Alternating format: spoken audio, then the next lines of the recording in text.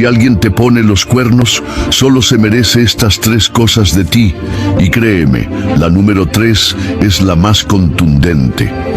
Hagamos que este mensaje llegue lejos. Continuemos. Cuando alguien te traiciona, no fue un error, fue una elección. No hay excusas ni segundas oportunidades para quien decidió pisotear tu confianza. Lo mejor que puedes hacer es actuar con inteligencia y dignidad. Así que, si te han sido infiel, haz esto. 1. No le des el privilegio de tu reacción. No pidas explicaciones, no reclames, no llores frente a quien ya te demostró que no le importas.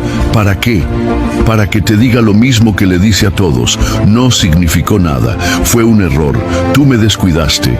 Mentiras. La infidelidad es una traición consciente, no un desliz accidental. Cada minuto que pasas exigiendo respuestas es tiempo que pierdes